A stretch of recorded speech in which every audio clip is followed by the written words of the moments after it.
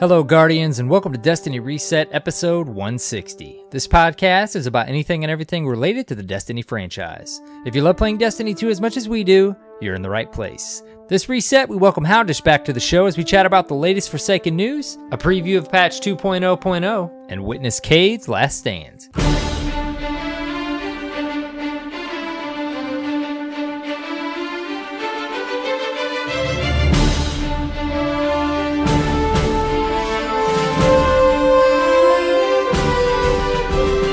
Hello, Guardians, and welcome. It's AER0KNIGHT and, of course, CyborgSasquatch. Hello, my friend. Hello. How are you? How you doing? I'm great. Great, dude. Doing great. Wish you a merry solstice. Yes. It's almost over. Almost over. I still have stuff to do as well. I've got a few things to hopefully wrap up this weekend or this last weekend as you're listening to this. But yeah, dude, it's been fun. It's been very enjoyable. Did you get all your stuff done? I'm assuming the raid machine cyborg is all wrapped up. And I'm wrapped up, brother. Wrapped up on 3 characters. I saw your tweet. Yep. I got all the things that I wanted to get. Very and nice. I can't say that I've done everything in Destiny 1 year 1, Destiny 2 year 1, but I did everything I wanted. You got the ship, man. Yeah. The ultimate grind. All the stuff. Well, we are it's not just the two of us, guys. You've gotten just the two of us for a couple weeks. We're super excited to have our friend, Dirt Fam friend, Houndish back on the show. Hello, buddy. How's it going, dudes? It's going good. We're excited to have you back, man. It's been awesome. We were just talking. It's been you were on in April. Yeah.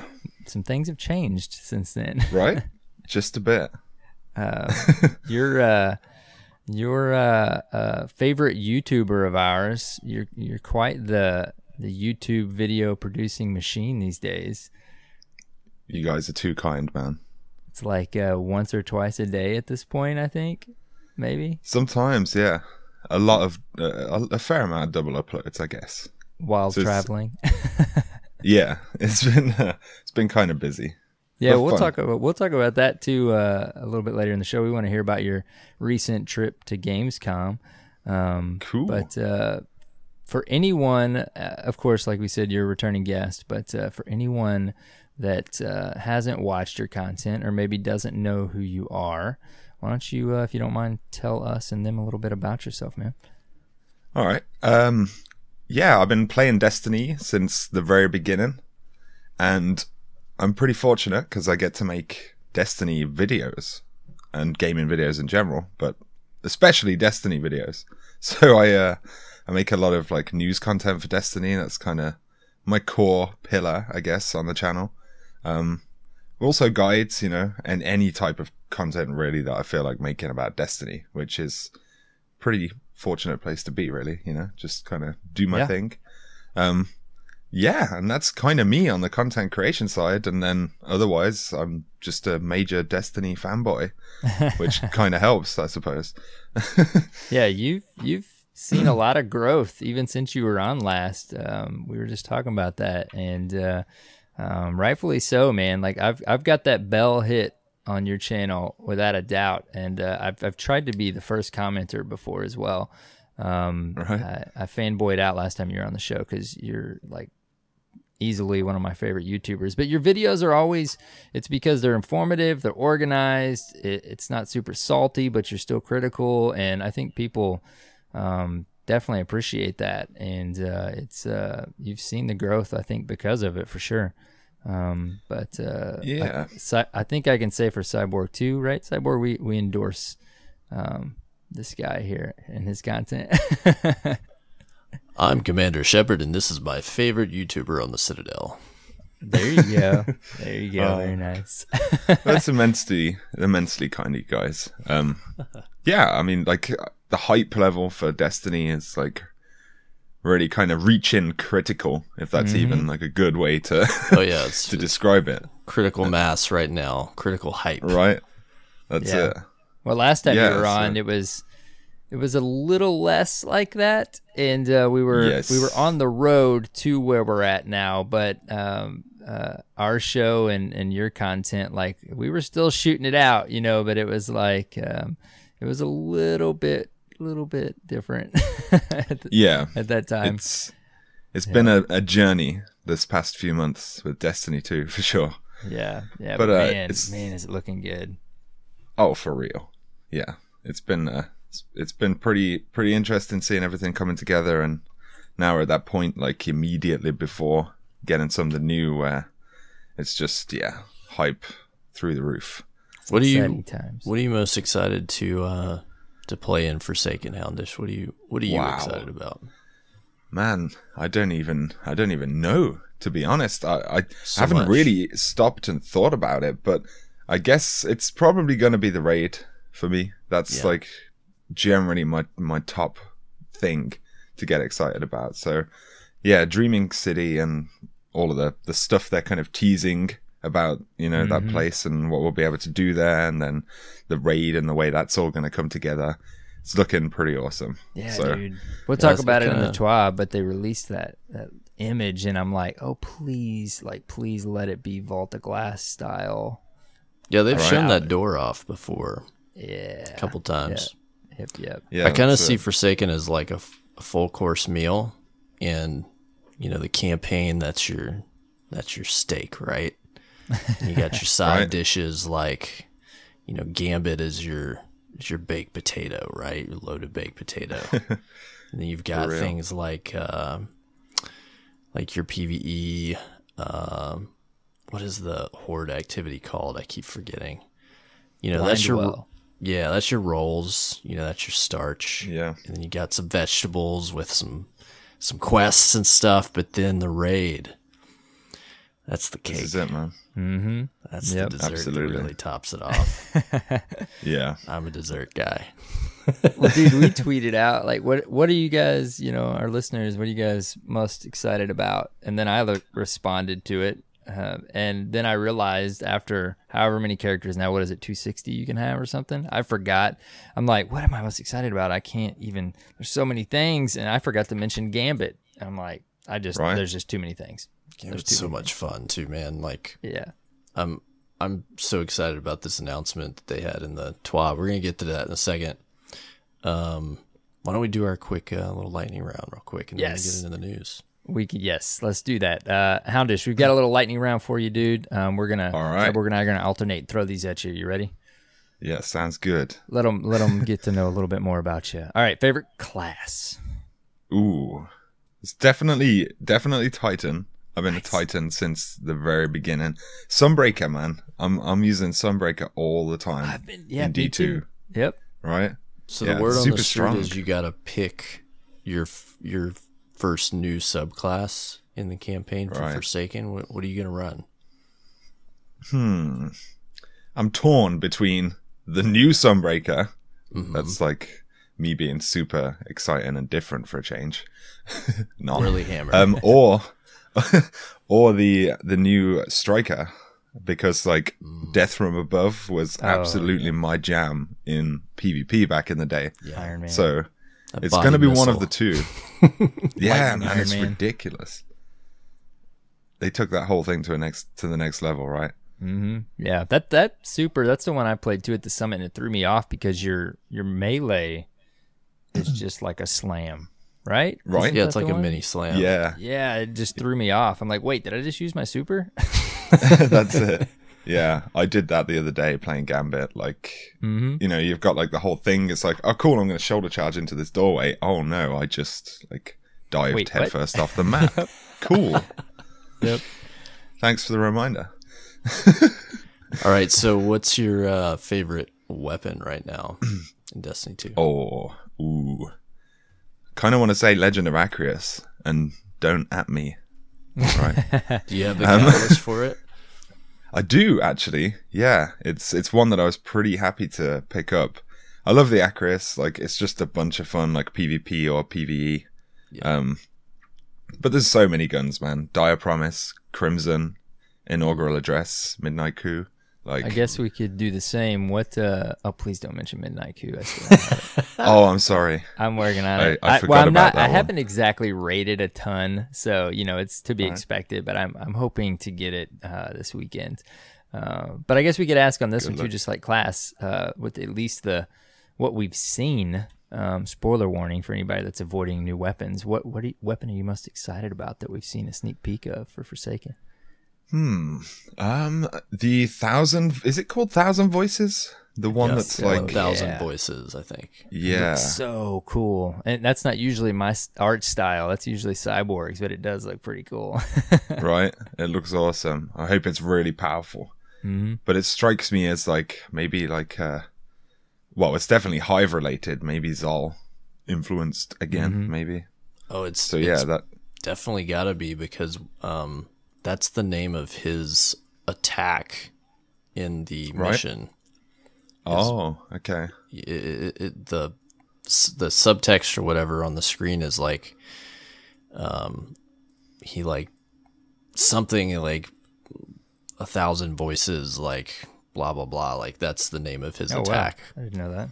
So wow. Oh, that's cool. Yeah. I didn't actually know that. That's awesome. I wish I had a better like the exact wording handy. I would tell you, but I know it's related. Yeah, that seems cool. All right.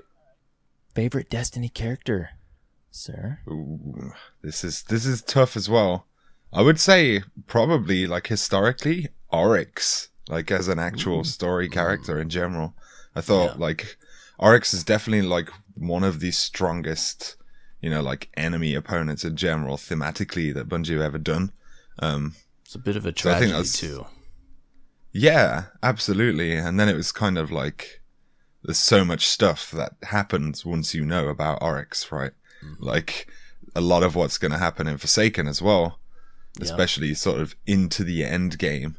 Yeah. There's going to be a lot of links between the two stories. So yeah, Oryx is definitely up there. I kind of like Asher though, as like an NPC character, Asher on IO. Yeah.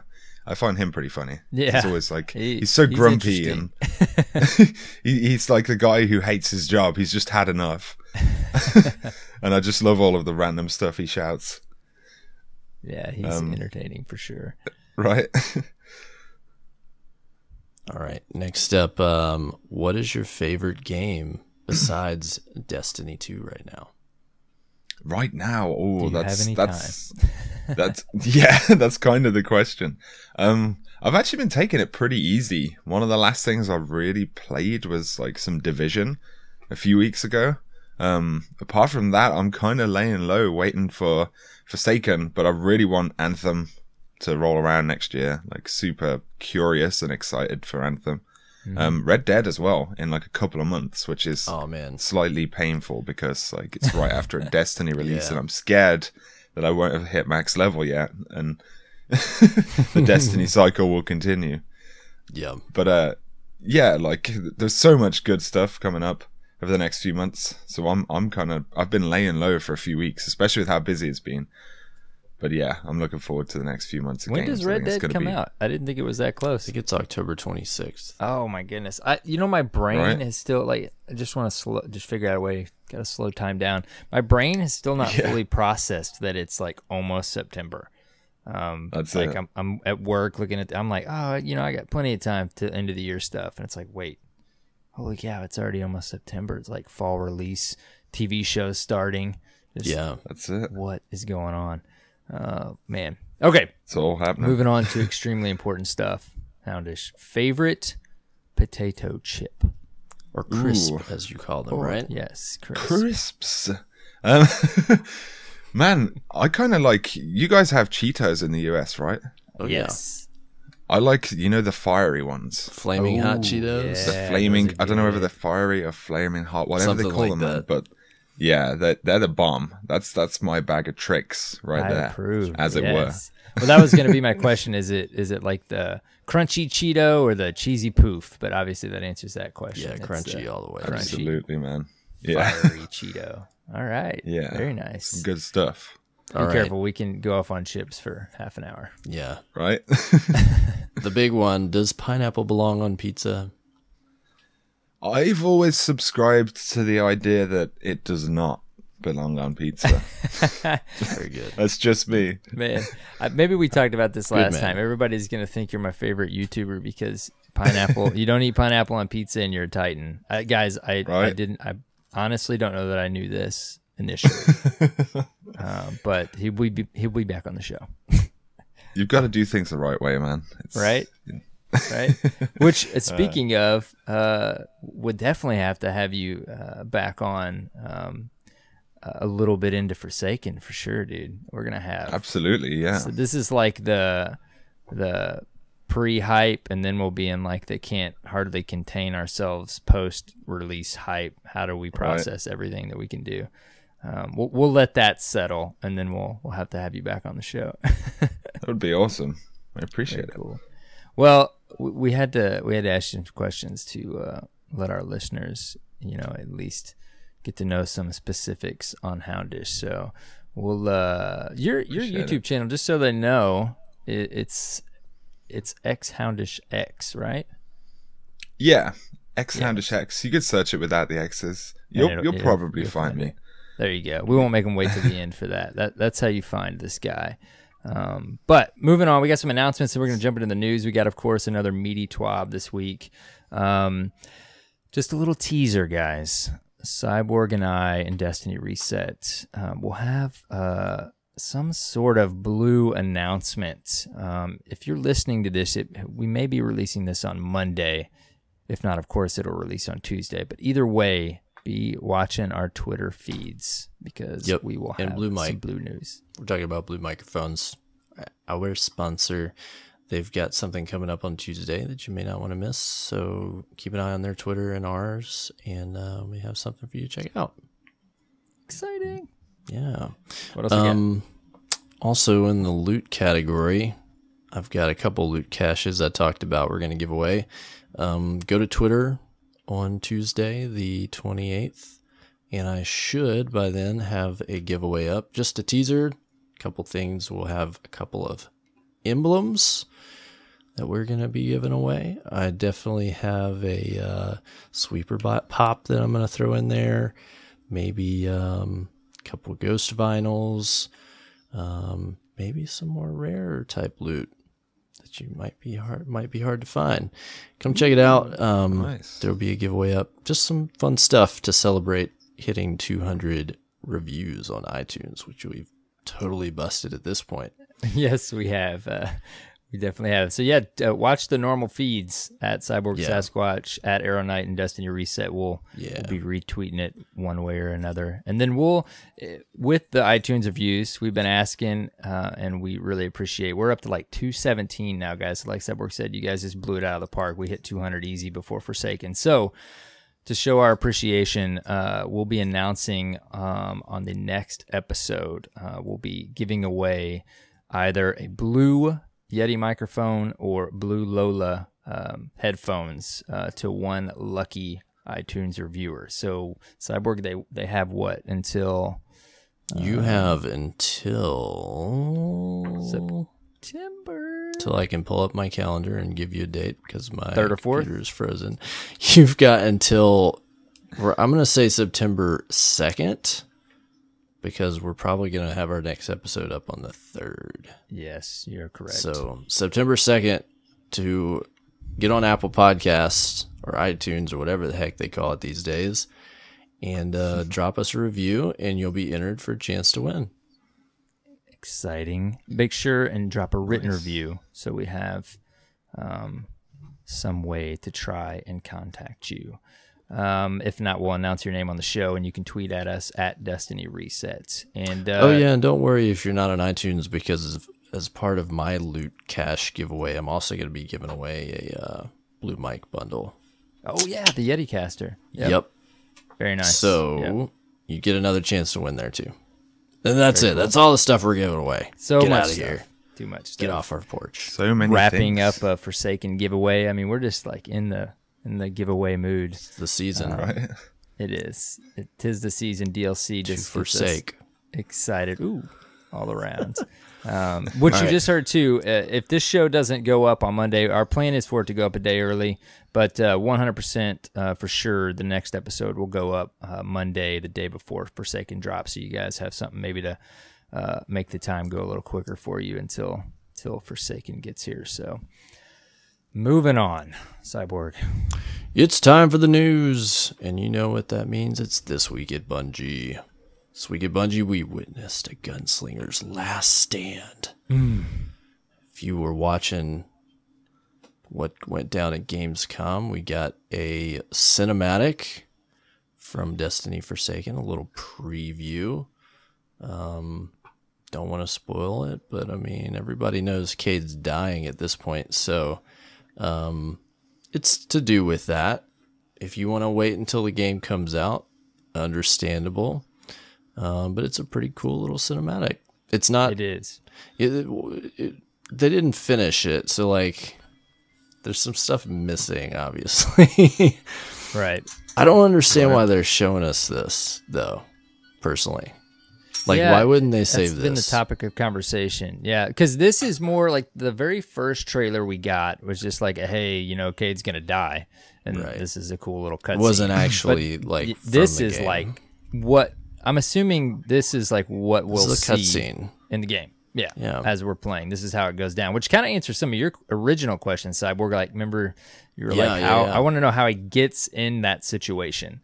Yeah. Which, you know, we still don't know how he gets in that room. And what I can the take off reasoning my is. tinfoil hat now a little bit. There you go. But yeah, I mean, that's been the topic of conversation. I mean, Houndish, what do you think? Like, some are saying, you know, it's kind of a bold move to show us that he's gonna die originally, and now this cut scene, and then it's like, did they, you know, is the story gonna be that great that they've already showed us these big scenes and these big plot, you know, points? Yeah, I guess it's kind of tough to say, really. Like, I mean, from how they've spoken about it, like, this is very much kind of, you know, the tipping point, right? Like, that sort of takes us into the expansion. But yeah, like, it's going to be interesting to see how much the direction changes, you know, like, in terms of story and where we end up going. Yeah, I feel like too, like they're kind of like on a fine line, because they've got to get people back into the game that are taking a break, and showing us this creates hype and shows you kind of like the depth that there should be there of the story, and then it kind of goes right in hand with, which we'll talk about shortly, given, you know, the Gambit free trial. It's like, that's brilliant. It's like they know they got to get people to not only log back in, but to buy an expansion. So this is you know, I guess this is a way to do it. I don't know, Cyborg, what do you think, man? Yeah, I feel like there's a lot of different ways that they've tried to market their games, like as far as what they show, and, you know, looking back, like when they used to do you know, the Twitch streams, and they'd do them over several weeks, and they'd show different aspects of the game, and now they've kind of changed that, and we don't see as much of that anymore, but now they're like going as far as to show like plot points and like this part. I mean, it's kind of a unique thing, because it's a big move in the Destiny universe, what they're doing, but I just kind of wish they would have just, you know, done their announcement thing, let that lie, like, save this scene for the game.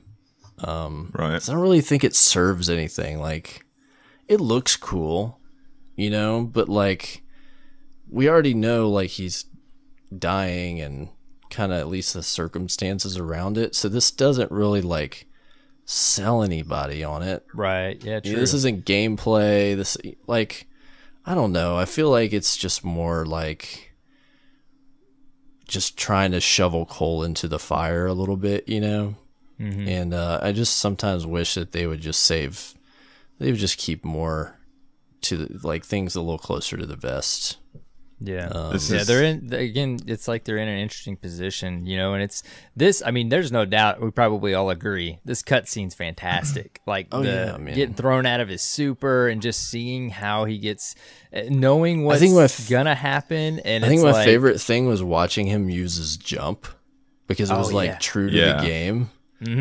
Yeah. Like it even had the right sound effect and it looked right. I was like, oh, that's so cool. You know, like that makes you feel like the mechanics of the game are like, I don't know, it's just congruent, and you don't always get that. Like in a cutscene, you don't always get the NPCs and the characters like being congruent with like the actual mechanics of the game, right? It's almost like a glorified version of what it would look like in a movie.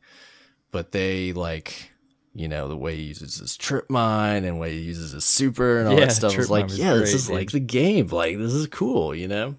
Yeah, I liked that part of it. Yeah, I can see what you're saying. Like this, we already know, like the main point of showing it to us, we already know. So like seeing this for the first time, playing the game, maybe could have left some of the magic there, even though we already know what's going to happen, like because it's such a cool cutscene. Yeah. Did you guys see a Dirt fan member posted in our Discord? I don't remember who it was, but somebody very quickly made like a Shaxx voiceover with everything, like used his voiceover for everything that was happening in the scene. Did you guys see that video? Yeah, I watched it. It was okay. Yeah, I saw it briefly. Yeah. And like I felt like some of the timing was a little off, but like still like it was still entertaining because it all applied to the different stuff that he was actually doing in the scene. Right. But anyways, the cutscene alone, conversation aside of if they should have showed it to us or not, man, it's good. It's so good. So we mentioned the Gambit free trial, and of course they're talking about as well in the TWAB. They announced at Gamescom on the Blizzard stage there's going to be a 24-hour Gambit trial for 1 day only. Begins on 10 a.m. Pacific on September 1st and ends at the same time the following day on the 2nd. Keep in mind now you're not going to be earning any Gambit-specific rewards. You're not going to be ranking up Infamy, which is the new ranking system for Gambit. But you'll see some year one rewards drop. There will not be any stats that are recorded, but they will be available for tracking on Bungie.net after September 4th. But man, I'm so pumped because all my buds that I've been like telling about Gambit, like they're gonna get to jump on like early and we'll get to play it together. And this will be a great place to like field test the new weapon loadouts. Yeah, in a mode that we're gonna use that in a lot. So I'm excited. You know, you mentioned how brilliant it is. I mean, yeah, dude, like this mode can sell some expansions, I think. Yeah, like this move is huge. This wasn't even on my radar, but as soon as they announced it, I was like, this is massive. Let everyone play this. Every person, every Guardian that owns Destiny 2, they don't need anything else. Let them try this. Like that's such a smart move because it is Gambit's just the more and more you see coverage and you hear Guardians that have played it talk about it. We've all played it now. Gambit seems like it's going to be a big deal. And it is extremely fun to play. I mean, you're coming right off of playing it again, Houndish. I mean, did you have fun? What is it? Is it your second or third time playing Gambit? Yeah, I think it's like my third or fourth time, maybe. Still just as fun, I'm sure. Yeah, absolutely. Yeah, the new map they showed off is really cool as well. Like, it's a bit more treacherous because it's sort of, you know, like platforms above this kind of like floor of lava underneath. Yeah. And it's quite amusing as well, like being at Gamescom and like speaking to a lot of friends who aren't like, you know, they don't play like a ton of Destiny, but they had got into, you know, check out Gambit or whatever. And they're just like, man, I kept falling off the map. Like, this is super dangerous. But yeah, like the reception has been really strong. And I think it's a mode that's come in at an interesting time, isn't it? Because like you do have that element with like PvP fatigue, I think, like across the board, and like both with Destiny but also with other games. And that's why you're starting to see like this battle royale trend that we've been seeing for a few months, because I think it offered something like, different, like where there is that competitive element. And for Gambit to do that with PvE as well, like, because I'm a huge fan of like competitive Destiny, but I'm a bigger fan of PvE stuff. And like for me and my clan to be able to compete in what is primarily a PvE game modes, like But then with, a few of us who are pretty solid at PvP, like, that is super exciting, man. And having a ranking system there, like, it's long overdue for PvE to kind of like have that element in the game. Yeah. So like, yeah, Gambit that's just like the reason I'm super excited for Gambit. Well, it's just unique because, Trials is always my thing once it launched, and the community that sprouted out of that when it was like at its best. And just to think about what could happen with Gambit, because like you said, it's merging all Destiny players. It's not just for one side of the game or one side of the player base. It's going to be cool to see what sprouts out of it once it's in everybody's hands on the 4th.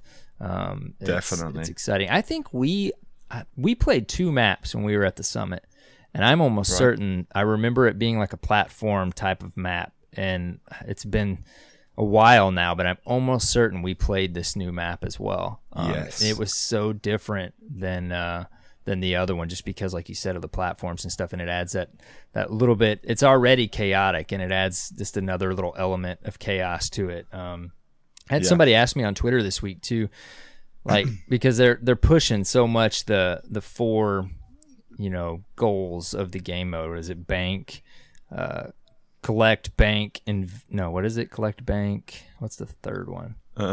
Invade. I can't remember what the third one is. I can't remember. Yeah, Lock, so I think you might be right, yeah. They basically they asked me, like, do you think, because this is going to be match made? They confirmed that, correct? This game is going to be match made. Yeah. So that's fantastic. So anyone can play it at any time. It's going to be open right away as soon as you start the game. Maybe you have to complete the campaign. I can't remember for sure. But they asked, like, with roles like this, do you think it's going to be hard to play solo? And it's actually weird because you would think so, but my answer was it's like, it's not. There are roles, and you, of course, will definitely benefit from fire team strategies, but I don't think the roles are so complicated that you won't have fun and have success playing solo. I mean, would you guys agree with that? No, I think there will be a little small learning curve for maybe a week or two. Just like any new mode, for people to kind of figure out just how it plays. Yeah. And then I think after that, it'll be an easy mode to solo queue. Yeah, like, people will know what you're supposed to do. I could see where you might run into who can get to the invading portal first kind of situation, but everybody's still going to know what they need to do, and that'll make it, just hopefully pretty close to as effective solo as it would be with a fire team. But yeah. Oh, so it's fight, collect, bank, and invade. There it is.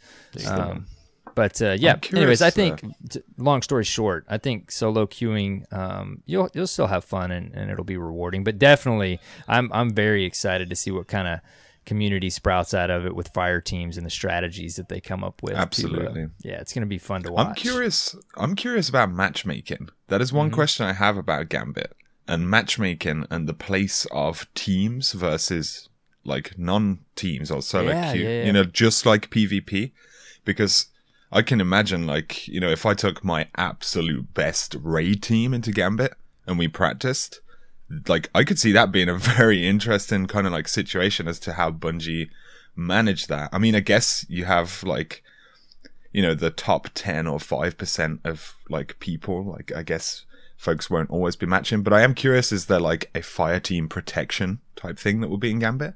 Or, is there a place for skill-based matchmaking? I know this is a rabbit hole, but I'm very curious about the dynamic of that. Like, it's just something I'm interested for sure. in. I mean, because you take a fire team in that it's been practicing, and I mean, it's gonna be brutal. Yeah, dude. A team times, that can do DPS and slay kills, like, that's, If you play with the same, just like Trials, I mean, if you play with the same crew regularly, day in and day out, I mean, it's inevitable. You're definitely gonna be on point. I still think, if there are solo queuers on the other side, there's a lot of surprises that can happen in a match. But just like anything, I mean, strategy and plan versus 4 solos, I mean, it will be a little bit different. For real. Yeah. I'm excited to see it, man. I would love to see a Trials style Gambit, like, you know, a really competitive, get a bunch of games in the bag kind of thing for Gambit. I think that could be, if Gambit goes well, I think that could be their next Trials, honestly. Yeah, and I think it's going to be fun to watch too. That's the other big thing. It'll be fun to watch people play and compete. This is true, man. Yeah. Well, let's talk now about one of the biggest announcements this week that I think a lot of people are pleased about. They have went ahead and announced the date of the Forsaken raid. And I was pleasantly surprised to find out that this raid will go live on September 14th. They finally did it. Right? Yeah, big change Gave there. us longer. Yeah, they've never had a activity like this not launch the first week of the game launch or expansion launch. And so they had senior designer Joe Blackburn, who's in charge of the raid creation and that team, and he says, Forsaken is proof that the full Destiny 2 experience is just beginning when the campaign comes to a close. With so many new things to do and so much power to gain, we knew that players would need more than just 3 days to prepare for the incredible challenges of Forsaken's raid. That's why, spoiler alert, Last Wish, the next chapter in Destiny's raiding legacy, goes live on September 14th at 10 a.m. Pacific, a week and a half after you'll have first set foot on the Tangled Shore. Good luck, Guardians.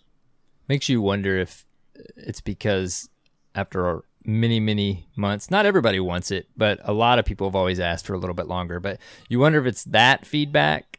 I'm sure probably in combination with the fact that we're going to have it seems like we're going to have a bit more of a substantial grind with the way they're doing. I think it's a combination of all those things. I think they're aware that people want more time. I think there is going to be a lengthier grind, and I think there's just going to be more content to get through, you know? Right. Yeah. Absolutely. And well, it even seems like, you know, like the people that are playing all day long, as soon as it launches, they're still at a race to get through the content. Oh, yeah. And it's why? Even those folks like complain. They're like, I don't want to have to do this way. Yeah. Like, I'm not enjoying the content because I'm having to mindlessly grind to get ready, you know? Absolutely. And I've felt the same way. Like, I always want to try to do it. If I don't do it when it goes live, I try to do it that night or that weekend. And you don't want to go in at a disadvantage. So, like, you grind your butt off, trying to do anything you can to get max power or maximum power that you can get to. And this actually makes it more accessible. Like, I have friends that like won't be able to play right away on launch, maybe a day later, maybe just a little bit that day. Like, this will enable like a lot of my team to feel confident in like being ready to join in the raid together that following weekend, you know? So I'm super happy about this, and I think a lot of people are. It totally makes sense, and I was just I was shocked. Like, I didn't think at all that they were going to do this, just because they never ever have. Right. And I just expected it to just be the worst grind ever. Like, so yeah, I'm pretty relieved. Houndish, do you go in blind with your team and try to get there for like a world's first, or do you we generally go like, not always like, you know, a world first attempt, but we generally go in for day one and clear for day one. So I appreciate having a bit more time personally. Especially because you're going to be trying to cover so much as absolutely. On your channel. That's gives you it. More freedom, right? Definitely, yeah. Because sometimes with things like this, it does sometimes for me kind of come down to what's the time looking like for this launch, and then I'll kind of be like, I may go for it, I may not. Like, you know, I'll pick and choose.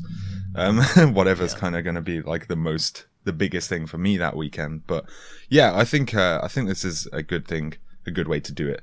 It's interesting as well because it gives everybody a bit more prep time. Mm-hmm. It gives the hardcore even more prep time. It does. Because, you know, if they're putting in more time every day over the course of a week and a half, they're actually going to be kind of way more prep time further down the road.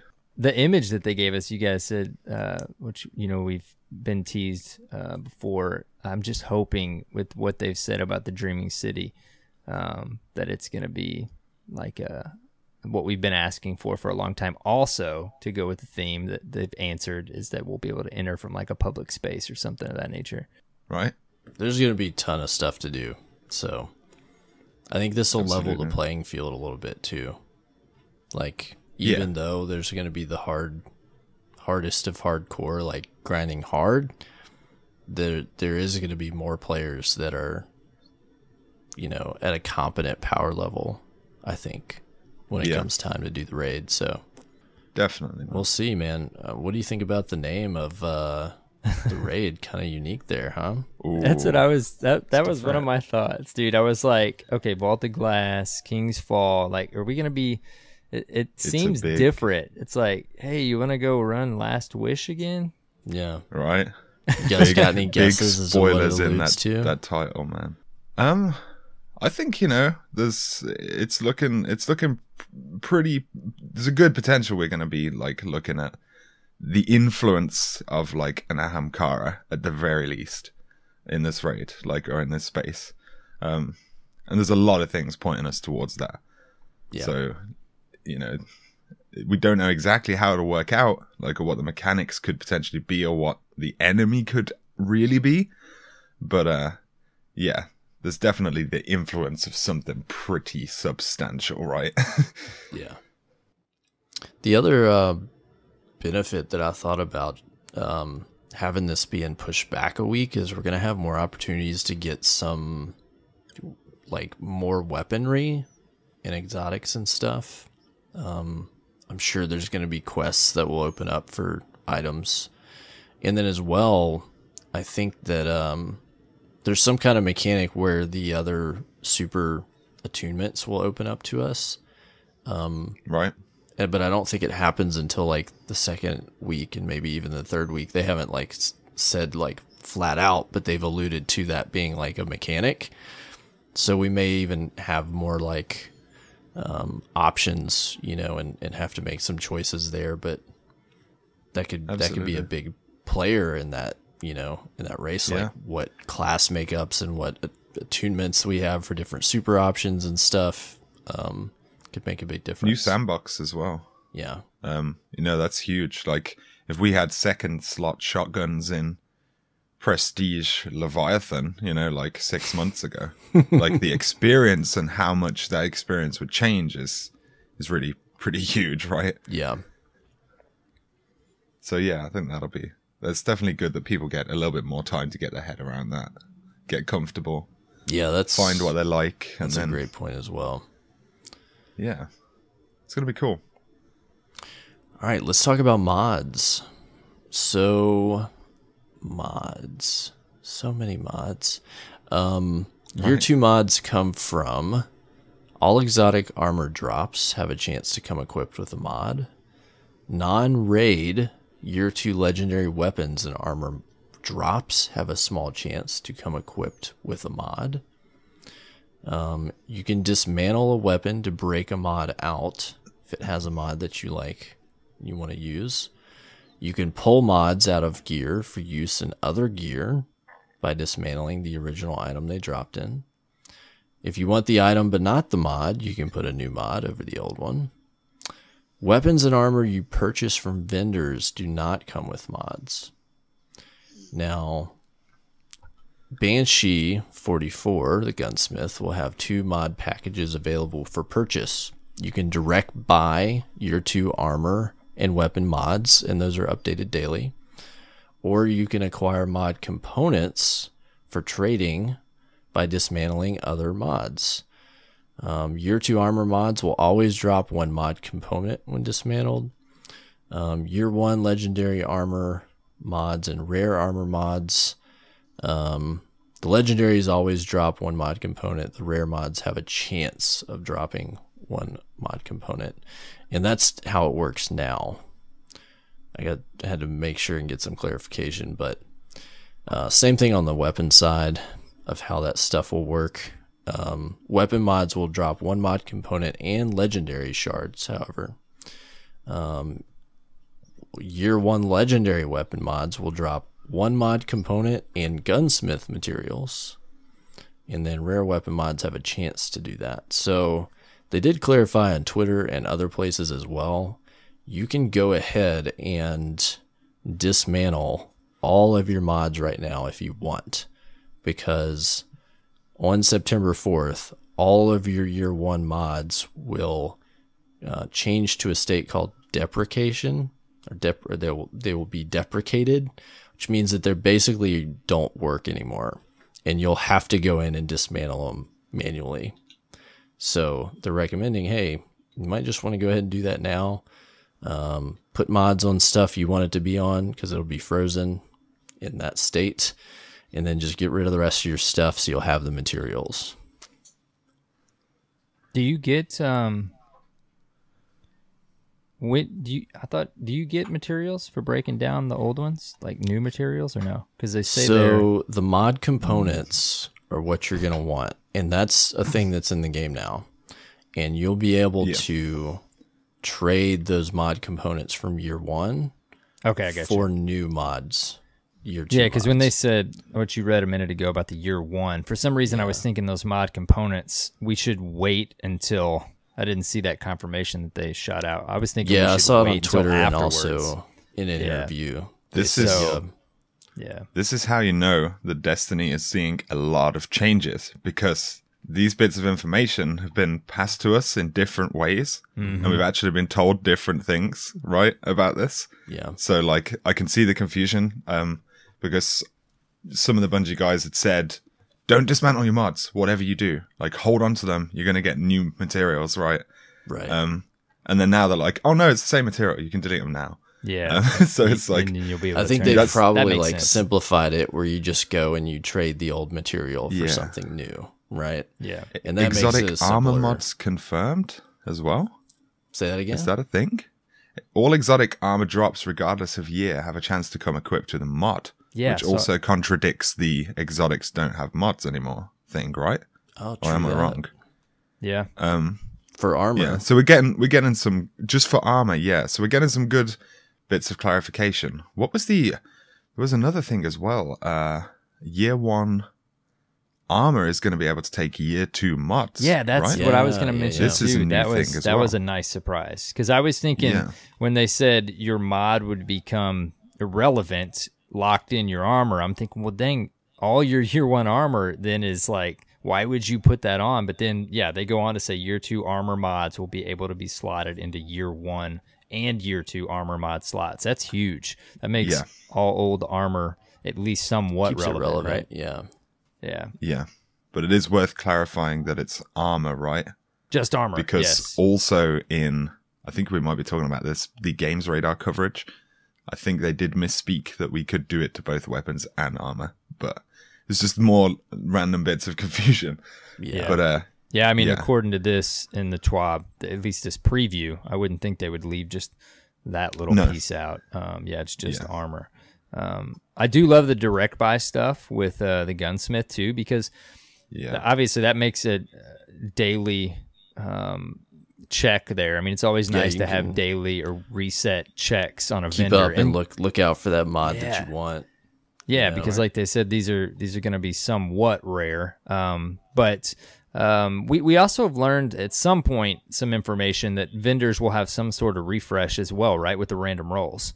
Yes. So like we're getting multiple layers of this stuff. I mean, I used to love, we've mentioned it many times, just logging in or checking videos just to see what certain vendors had. So now we've got it at the gunsmith, we've got it at vendors. So it's just many layers of excellence that's coming back to the game. So absolutely. Sure. Now we also got a sneak peek of the patch notes. Quite a few things here. Adjustments to the sandbox and things. There's Changes to hunters. Marksman's dodge is now considered a reload that can interact with Kill Clip and Rat King and etc. That's a big one. Exotic armor. Celestial Nighthawk will grant 33% of your super energy back if a target is killed by the golden gun shot. Dude, isn't that one cool? That one seems cool to me. Yeah, that's really cool. Wormhusk Crown. Ooh. No longer will start regeneration of health and shields, but will instead grant a larger health and shield bump at the beginning of dodge instead of at the end. Dude, Wormhusk, in all the awesomeness of these super powerful exotics, Wormhusk is an example. And I even made a hunter so that I could use it. That was a portion of the reason I made a hunter. I missed the hunter in PvP, so like I was like, I need a hunter, and it'd be nice to use Wormhusk in its current state. But it is like, even in all the awesomeness of these exotics, like you basically, somebody said it well on Twitter. I saw it on my feed, or they tweeted at me, like, you basically get a second life with its current state. And it's so powerful. Like, it's just so strong. So honestly, I think this is still a solid perk, but it makes a little bit more sense, maybe. I don't know. What do you guys think? Yeah, I think I agree with the change. I mean, it depends what the health and shield bump like really is. That if it's not substantial, it could be. Yeah, I mean, it could be still pretty strong, right? But the marksman dodge considered a reload. That is crispy levels of. Yeah, it's gonna be good. Yeah, there's some nice tweaks. Kill clip on dodge, like, excuse me? Wait, what? No problem, right? Yeah, let that sink in. On the warlocks, some things we already had mentioned: increased healing rift effectiveness. Empowering rift now increases precision damage. Tripping across these words. Previously, bonus damage was capped at the weapon's precision damage in PvP, so it's not the case anymore. The Skull of Dire Ahamkara grants increased super energy from Nova Bomb kills. So they're kind of, they're almost doing like they did in Destiny 1, where they kind of crossed Dire Ahamkara with Obsidian Mind, as far as like how some of the super, they like the void ability kind of synergy that you had. And then killing higher ranked enemies will grant more super energy. So this kind of makes this exotic a lot more functional, as far as, kind of getting into like a Nova Bomb loop, which is what you want. So that's pretty cool. And then transversive steps grant enhanced mobility. And after you sprint for a short time, your currently equipped weapon will be automatically reloaded. Now, here's a big one for the PvE player. Titan. Rally Barricade no longer requires players to take cover to reload. It now feeds ammo to your magazine over time.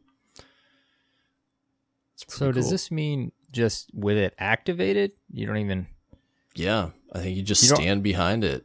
Yeah, that's excellent, because like, maybe like it's just me, but trying to get back into that cover position at times is like... Oh, I've killed myself so many times using that improperly. With that's rockets. And inside of teams, it maybe like brings it back to being relevant, I'm pretty sure my raid team, like I remember, like 3-4 months ago, it was like, all right, drop a rally. We were deciding like Titans who were going to drop rallies like in order of plates, right? Yeah. And now it's just like how many warlocks you got. Right. so I kind of get the concept behind the change, and it's definitely good for the individual playing as a Titan as well. I think it's going to be pretty good. Next up, Helm of Saint 14 now grants allies an overshield for a short duration when they're passing through Ward of Dawn. It seems like they're all for the Fun Police coming back. Oh, yeah. Right. And then Mask of the Quiet One. Increased energy gain from incoming damage, and while critically wounded, health will be granted from kills. This almost makes it like a very high risk reward, kind of like Risk Runner. Yeah. I bet you could get some good synergy running both of those with this build. Totally, man. That actually sounds potentially pretty fun. Yeah, that might be dangerous. Yeah. All right, and then we've got let's see, Axion Bolt, increase base damage and increase the amount of time it takes for tracking strength to lessen. Flashbang, increase base damage. Incendiary Grenade. I don't know how that works with it being a flashbang. I know. Like damage over time, I guess. Yeah, but with the flashbang, I felt like it was just a misplaced bullet point, but maybe not. Yeah, I mean, it just says incendiary grenade. We're like, okay. And then they list increased base damage twice. You notice that? It says increased base damage, incendiary grenade, increased base damage. I mean, I'll take it, but yeah, I think it does increase the likelihood that there might be a small mistake. Storm Grenade has increased base damage. Scatter Grenade, they retune the range and fall off ranges for the detonations for more reliable damage. Now, Magnetic Fusion and Flux Grenades have increased base damage. Damage is now the same whether a target has been stuck or simply walked over a grenade when detonating. Magnetic Grenade now detonates the second time only if it's attached to a target, and the second detonation no longer occurs on the grenade itself and will now be applied to each individual target hit by the initial detonation. So that's interesting. Like if you could get this to pop in a group, like if you stuck it on somebody and it blew and it applied damage to a group, the second detonation will also apply to the group. Right. Even if they confirmed split. Sticky grenades, they do not one-shot kill, but the second detonation, like, that could. I wonder what. Maybe, I mean, because if you stick them, it's going to detonate twice. So I wonder, maybe it'll get them to a sliver of their health. Maybe. Yeah. It's interesting. This is it. All right. Skip grenades. Those nasty, nasty grenades. Increased impact damage of each skip drone impact for a higher total potential damage. Could make First Shinobu's Vow to be scary. Void Wall. Increase the damage of initial Void Wall wave. All right. It seems like all of these are obviously, because of the change of the sandbox and the lethality in the sandbox. So it makes me, like, initially you read this and you're like, yes, like grenades, you don't want them, they need to be support, like they said in the stream. They don't need to be always lethal. But these definitely are more lethal. But I wonder, it's going to be interesting to get our hands on this sandbox, because when it all comes together, I don't know that they're going to feel, like a ton more powerful. Yeah, they're not giving us a number here, but it can't be I can't imagine they're like twice as powerful. We may be talking about 10% or 15% more base damage or something. Because they very clearly said on the combat stream that they still want, the goal for grenades is still to be like a opener or support type of thing in the engagement. Right. So yeah. Miscellaneous quality life. Swords have the ability to accept shaders. This is going to be exciting. They're adding a timer to the status effect for Healing Rift, Empowering Rift, and Rally Barricade to communicate the time remaining before they expire. That's a big deal right there. It is. That's something I didn't realize we didn't have, but I'm very glad that we're getting it now. Yeah. Right. Now here's a juicy one. Wanted escapees from the Prison of Elders will roam the open world. They will not drop rewards until September 4th. This is almost like a heralding event. Dude. Yeah. It's like they've been listening to us, Cyborg. We've been asking for it for months. This is like a sort of, quotes, heralding event. Yeah. I wonder if we'll get anything else, but if not, this is still cool. It'll make you want to kind of roam around and find them. Yeah. Go find the Silent Fang in 2018, right? Oh, man. It'd be really cool if they had some Scorn ability or enemies out there so we could like check them out, and then they're increasing the difficulty of lost sectors. EDZ lost sectors become a 240 power. So scary. Yeah. Finally, Xur, as always, his will is not his own. He will no longer display a vendor icon on destination maps. He will no longer be tied to flashpoints. He has a clear purpose, but cannot explain it. Forgive him. Faded engrams will grant only pre-Forsaken exotics. So it sounds like they're phasing that out. Yeah, obviously, I guess they don't want you to spam. Yeah, I mean, you can only buy one per character per week. Oh, that's right. I totally forgot that. So that is interesting. You could only get one, so it's kind of random then that they would do that. It's okay. It's kind of like a seasonal redundancy kind of thing, right? Yeah. Well, like Xur, every DLC, I hope they add some more to him. We've asked for that forever, but he needs to be more. He does, because it's like he's only exciting every time an expansion comes out, and that's cool. And we've asked for a while, like, for him not to show up on the map and now not be tied to flashpoints. And it's like you could see where, like, okay, it's kind of just a waste of time because now you have to look for him. But that's kind of part of his charm. You just don't know where he's at. But like we've always talked about that. Like he's a cool character. He's exciting. He only comes on the weekends, if you will. And it's like, they got to figure out something with him to make you excited for him to come each week, past an initial DLC launch.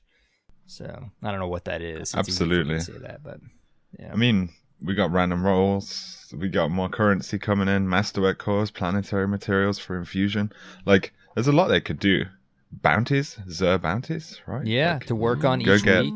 Yeah, remember when we had exotic bounties that we could get from him, or we had to finish with him?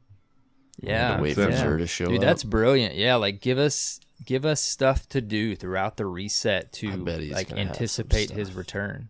Yeah, I bet he's gonna have some stuff. It would be nice for them to, like, give him a little more that's especially going to excite players in the first few weeks to actually, go hunt him down. And then they could maybe get away with some new spawn locations and stuff like that as well, right? Yeah. I think it would be a shame if they make all these changes. It's like, now you have to go hunt down Xur, and then on week 1 of the DLC, it's just like, it could have been Xur from yesterday, right? Like, oh yeah, I think that would be kind of a letdown. Yeah. So I totally agree. I hope they do a few other things with it. Yeah, I mean, just sitting here thinking, I mean, you sprouting ideas, this makes you instantly think of more. Like, people always talk about the catalysts. Those things are awesome, but they're so RNG. And that's like a base of Destiny. It is cool. But imagine if he just sold like 2 or 3 of them every weekend. Man, that'd be great. For like crazy amount of legendary shards, or how about just a reasonable amount? Or even that's what you could use the bounty for, right? Like, he's got the bounty for Risk Runner. Like, now you got to complete 5 heroic strikes and get so many kills with Risk Runner, and then it would unlock it or something like that. Yeah, it could be interesting. I think we're on to something there. Definitely. Be a choice. You have to roll it out slowly. We'll find out. Listen, if you're listening, don't let us get your hopes up too high.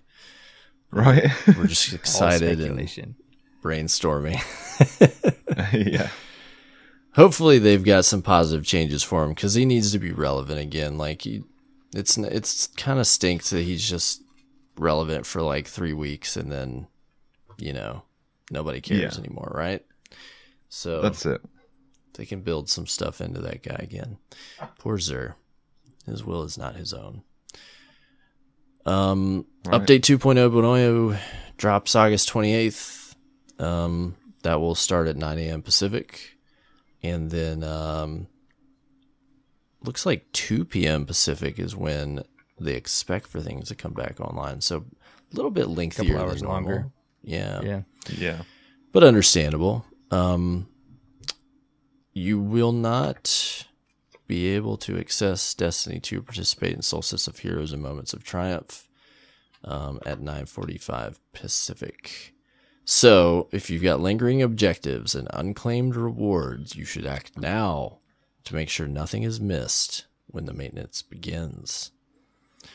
Now, when the patch goes live, of course, we'll have the Year 2 weapon slots live. Weapons that overflow your inventory will be sent to Postmaster. So, things are going to get moved around. So, just make sure you've got like room for that to happen in your inventory if you've got weapons that might move.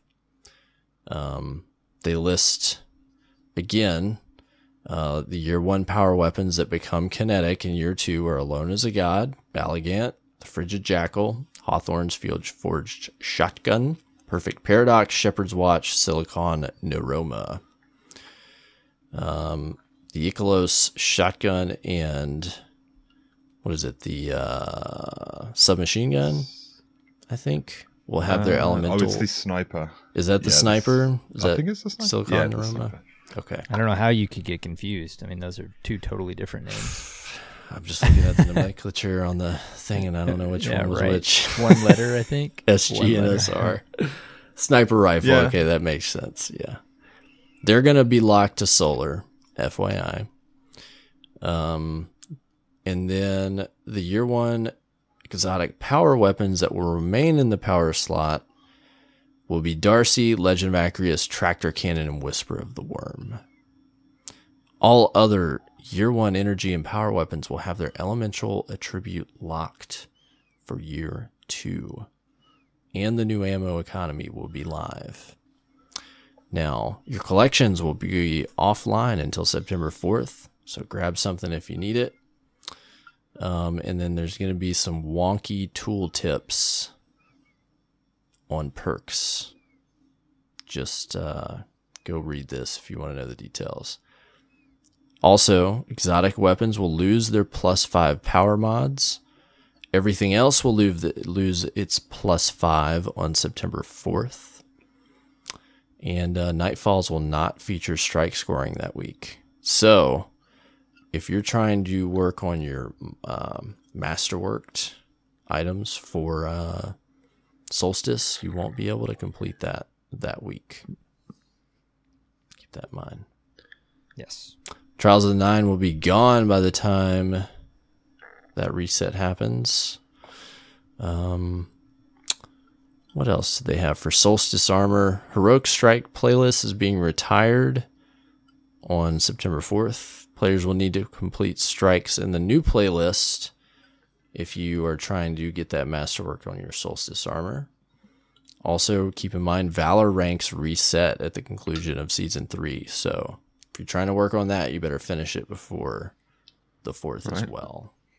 Yeah, there'll be that kind of transition period. I mean, once the 4th hits and Forsaken drops, you'll be able to then finish your Resplendent armor. You'll be able to do it, but your rank will reset, so you have to start over if you're trying to do the Valor portion. So it'll be that little week of a transition where you can't do some of it, of course. You know, I was sitting here thinking when I see like the Silicon Neuroma and switching to the kinetic, they confirmed, I'm almost certain, that we're going to get strike-specific loot, not just Nightfall-specific loot. They haven't said not 100%. They kind of because on the Game Informer interview they asked him, will there be strike-specific loot, and I think they just said yes. They didn't say did. Nightfall. I'm hoping there's just strike-specific. I think it's just going to be Nightfall. You think so? The reason, what I was thinking is, and I feel like there was something else I saw that they hinted, and I can't remember what it is, so I won't say that's certain. But man, would it be nice, because I never got, obviously, some of that Nightfall specific loot. It'd be nice if they dropped that in like just the normal heroic for those strikes. Because absolutely. I mean, how often are those going to come up as the Nightfall? Obviously, I guess they still will at some point. We're going to have 3 rotating. But man, it'd be nice if some of those old strike specific would just drop in the heroic playlist. Totally agree. Just wish list. Yeah. So that's the 12. Yeah, I think we should definitely get back to that. Yeah. There was one article with some coverage from Gamescom that Games Radar put up, and it had just one. The article was 8 things you need to know before launch, straight from Bungie. Now, 7 of the 8 things were things that we've already heard and read in one form or another. But there was one interesting thing about lore that I thought was cool and worth mentioning, because they kind of detail a little bit more about how the new lore system is going to work. So they say there's short and long stories that you discover in the world, and you open up in the game by collecting them, by killing bosses, finding items in the world like dead ghosts, and little drones that tell little stories that are either 1 or 3 parts. And you can find out things like what Uldren was doing between the Taken King and the prison. And it has the aesthetics of a book. You can open it up in the game and it'll tell you a story about each of the Baron before you go kill them, why were they in the prison, what happened to them. There is a novel's worth of stuff in the game. And then Steve Cotton said, we haven't even read them all, but the localization team came to us and said, we're localizing this stuff and this is really good. I'm crying at my desk. These are great stories. So exciting stuff if you're into the story and lore of Destiny there. Absolutely. Yeah, I always like when we get some sort of with that. Definitely, of course, in the game is fantastic. I do always like when we get some sort of companion to that as well, though, like King's Fall-ish type of something. But I don't know. There could be a whole companion of stuff that is in the Dreaming City that we will find. Well, apparently, I remember. Was it Game Informer?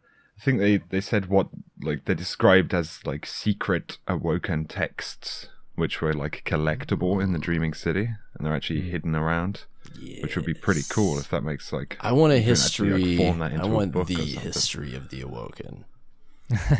Yeah. Just give it to us. I've been fascinated about that since Vanilla Destiny launched. I'm like, how did they happen? Tell us.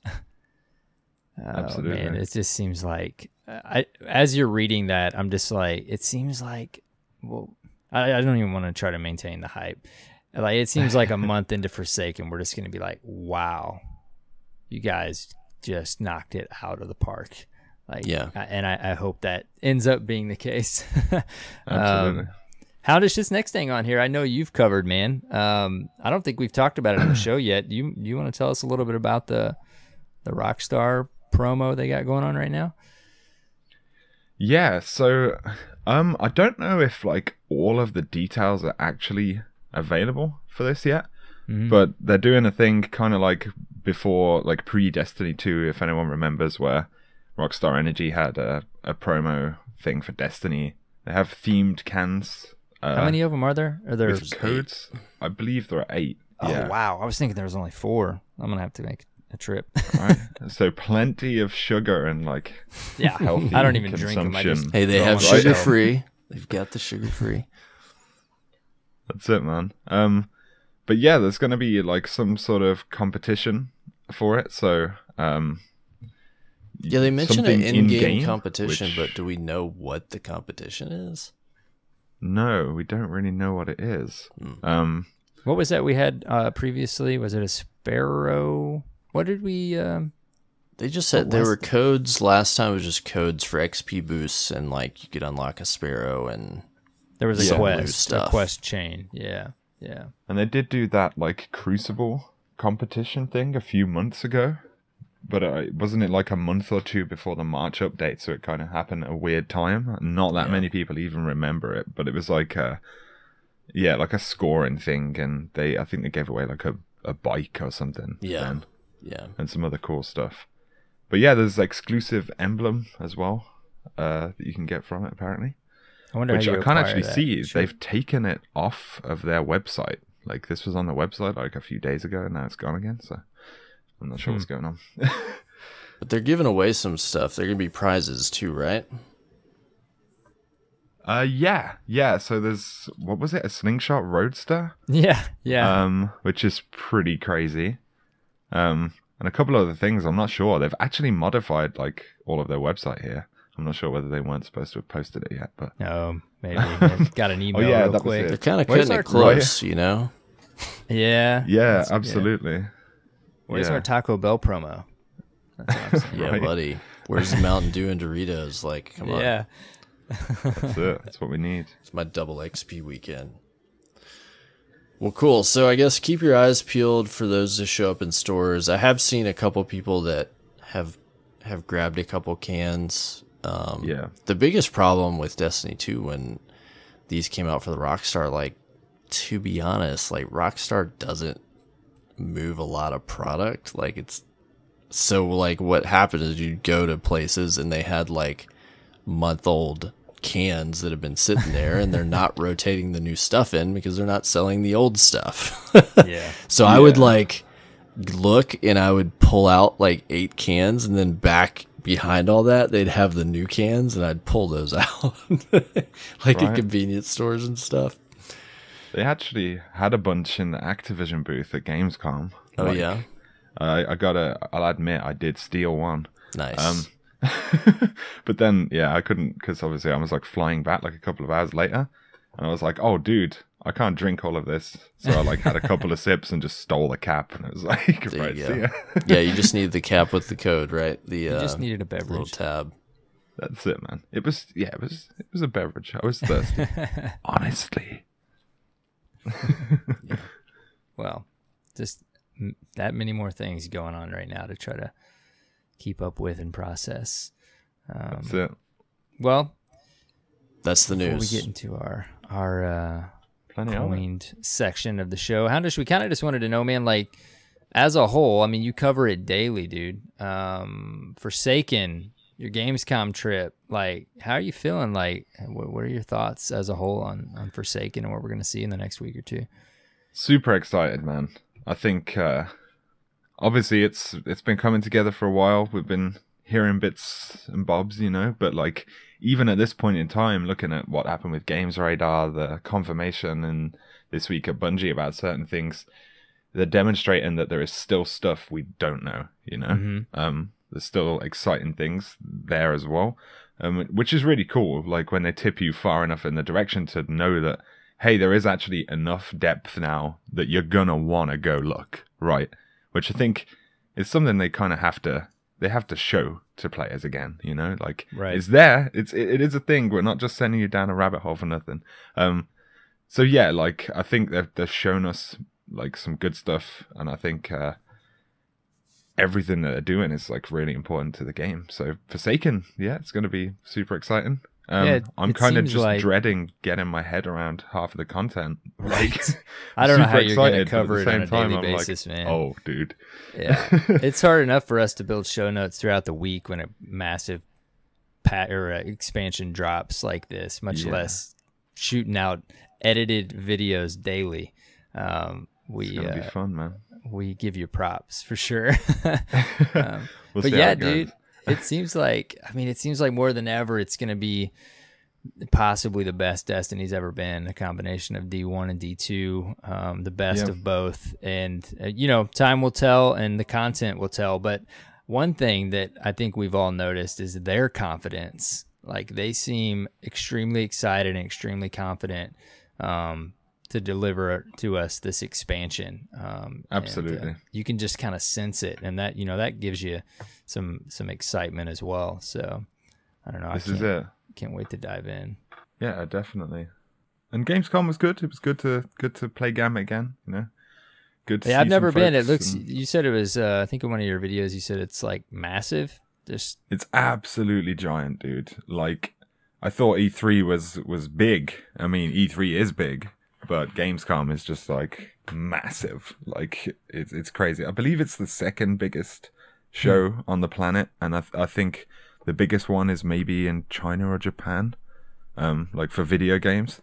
So yeah, it is like super huge. It's like around about 10 halls of, and these halls are like giant, you know, like the Blizzard stage. If anyone saw where Bungie did their reveal the other day, that is like a quarter of one hall, that whole Blizzard stage. Wow. And there's like, 10 of them. I mean, some of them are industry and things like that, but nonetheless, it's massive. I think it was going to be, by about this point in the weekend, there's been like 500,000 people through those doors this week. Wow.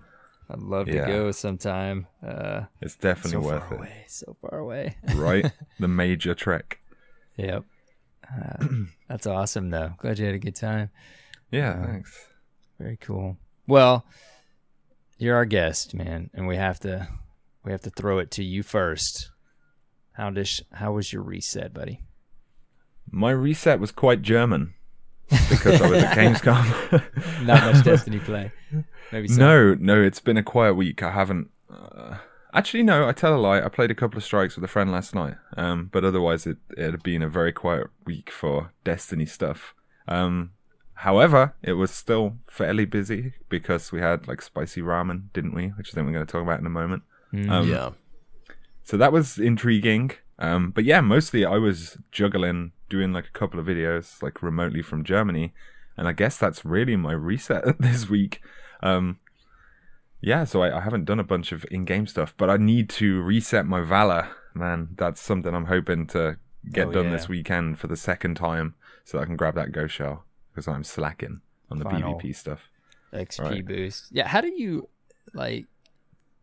shut off your brain to just play the game? Because you've got to constantly be thinking about, like, there's plenty right now to make another video. You don't ever just throw up random videos. They're always well thought out videos. Like, how do you just shut off and play your reset?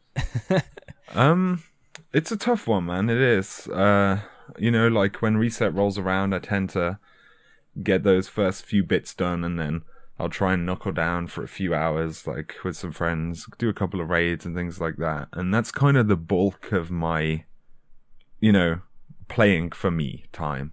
I mean, I'm always playing for me, even if I'm like making video content, because I love making video content. But yeah, you're right. Like there is a definite link where it becomes like a good chunk of your Destiny time is really about that, right? And it is difficult to shut off. I do find myself sometimes like try and just play Destiny to relax, and it's like I'm thinking about things I should be doing right now, you know. So it's it isn't necessarily the best place for me to be truly relaxed, but thankfully I like Destiny and doing the job enough that it's not a chore kind of thing. Yeah, I think your subscribers would say that bleeds through into your content. They are you can play, of course, and enjoy yourself, but they are waiting for that next video and for you to tell them to have an awesome day. Right. Waiting for that notification. That's it, man. It's kind of become part of the experience for me, you know. I guess that's probably one of the things that makes me a different kind of Destiny player, you know, in an interesting way. Yeah, it's cool. But yeah, I love it, man. It's a fun job. Very cool. Yeah, that's awesome, man. What about you, Cyborg? What did you do this reset? Oh man, I by the time the actual reset happened, I literally only had 5 heroic strikes left of just the whole summer solstice thing to do. So I knocked that out. That was to hit 50? That was to that was the masterwork your last completely done. Like, I get you. So all that stuff is done. I got, you know, the 400 triumph score. I masterworked all the guys, all 3 of my characters. I've got the whole ship thing going. You know, it's all done. And that was my goal, like basically by reset, to be done with that stuff and like have all completed all of it. And so now I am taking the rest of the week off of Destiny. I'm playing some other games I wanted to play before Forsaken crops up. Your week off. I might. Destiny. I think we may try to go in still and try to do the Callus challenge, because we never did that. We always skipped doing the challenge portion, and I want to get that ornament. So we may go try to knock that out. I might do that this weekend. Very nice. That's all I got going. So I've been playing, like, I jumped back into some No Man's Sky a little bit, and I played Graveyard Keeper, which is an interesting game, to say the least. What platform? That is on Xbox. It's free on Games Pass. Just got added if you have it, if you have Games Pass. So I was like, I had looked at it, but I was like, yeah, maybe one day I'll get it, and they added it. So I was like, yeah, let me download it and try it out. And it's kind of a cool game. If you played Stardew Valley, it's got some similarities. It was much different, like, theme to the game, but it's kind of a dark take on that type of game, but it's a grindy experience. And then I gotta go in and finish the God of War campaign. I was on like the back end of that campaign. I need to go finish it. Yeah. So that's what I'm up to. Very nice. Very nice. How was your reset, man? Dude, I'm just finishing up Solstice stuff. I spent one evening, actually got it done way faster than I thought you could get it done. I still had to go get like 50 region chests. Apparently I never came across too many of those, even though after I did it, I realized there was some just like right there, and I just ran right past them. So I finished those up and the latent memories. Nice. All in like a 2-hour session. It doesn't take like, long. Nice. Yeah, I thought it was going to take longer than that. I was like thinking 2 different nights. Thank you to YouTube content creators, because I just searched where are they, and all the work they put in to do it in an order that makes sense so that you don't spend time going back and forth. It's like, shout out to all you creators out there. Thank you very much. But yeah, I got those 2 things done. And I have left this weekend. As you're listening to this, the weekend's over, but I still have my raiding to do, man, and some strike grinding still left. So I'm trying to work up the Dirt Fam awesomeness and get a raid team together for this weekend. I looked up the mechanics, and hopefully we'll do some raiding, since I apparently still do not raid very much. I need to step away from the Crucible. Have you guys tried the Scorched Crucible Lab? Man, I was so gonna try and jump in there before we recorded. Sorry, have you played it? No, I haven't had time to jump in, man. Definitely want to try it. I hear that it changed from like, was it 4v4 and now it's 6v6 or something? I think it was Rumble. Yeah, and now it's 6v6. Oh, okay. Okay, cool. Yeah, I definitely need to try that. It's pretty fun. Yeah, I've seen nothing but fun, which is what we speculated last week. Like, it's just a fun game mode. And I think it was Triple Wreck that tweeted out like a bunch of other weapons that are in the game, like javelin and stuff, that they should throw in that game mode, and you just run around and do that kind of thing. That could be really fun, especially with the Valor double XP this weekend. Just go in there and goof around all weekend. Right. They could update that, call it like, I don't know, enemy arms or something. Yeah. I don't know, something better than that. it'd be like a fun little, it'd be like a alternative to Mayhem. Like, it's just you just go in and do you guys remember, I think it was around the time of Rise of Iron, that somebody data mined a mode, Crucible mode, that was called like Relic or something? Do y'all remember that? Maybe. And then nothing came of it. But it had like, there was like tool tips and mechanics for like using some kind of relic